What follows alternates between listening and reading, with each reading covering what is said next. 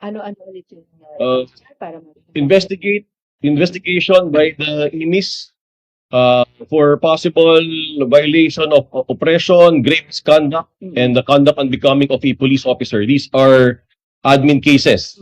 I also instructed our legal affairs service to charge Corporal Suan for violation of RA 7438.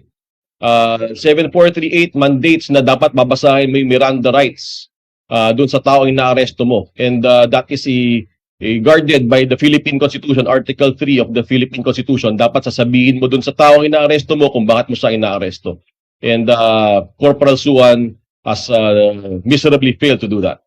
Alright. Kung we understand, nagkaayos yata sila ng 76-year-old driver. That is not relevant. Actually, kung mamarapatin ninyo, nagkaroon pa ng settlement. Sinubukan niyang dalhin ito sa investigators. Tinanggihan siya ng mga investigators. Dinala niya sa barangay kung saan nagkaroon sila ng amicable settlement. Nagbayad pa yung yung matanda. Nagbayad pa ng 30,000 pesos. Doon sa damage sa kanyang 2005 Ford Link sedan. I'm surprised na 30,000 pesos pala ang halaga ng Ford Link sedan. Wala pong katotohanan yun, sir.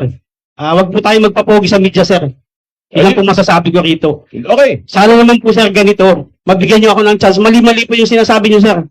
Hanggang ngayon wala pong binabayad sa akin kahit 5. Wala pala eh. So be it. Wag niyo po sana akong gawing instrumento dito para magpapogi kayo sa media. Hindi kami nagpapapogi dito. Magpapapogi kayo, sir. Alam mo, Corporal Suan, kung ganyan na mga klase ng police dito, I'll be happy. The National Police Commission will be happy to dismiss these types of errant cops until our policemen understand that we cannot do this to our Filipino people. We will show you what discipline is. Any other questions? Hindi dapat tayo pumayag na gagantuin tayo ng mga kapulisan. Matanda, babastusin. NAPOLCOM Commissioner, babastusin.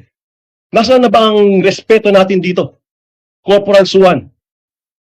Kaya wala nangyayari sa Pilipinas. Kaya nawawala ng tiwala ang taong bayan sa pulis. Gaya mo. Gawa mo. Hindi ka dapat maging pulis. Wala po katotohanan yun, sir. Hindi ko sinabi dito. Binayaran ko kami. Hanggang ngayon, sir. Walang binabayad. And then so be it.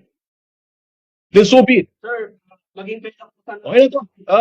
Bring Suan up. Maging fair lang po tayo, sir. Bring Suan up. Nagawa niyo dito para magpapagigay ng media.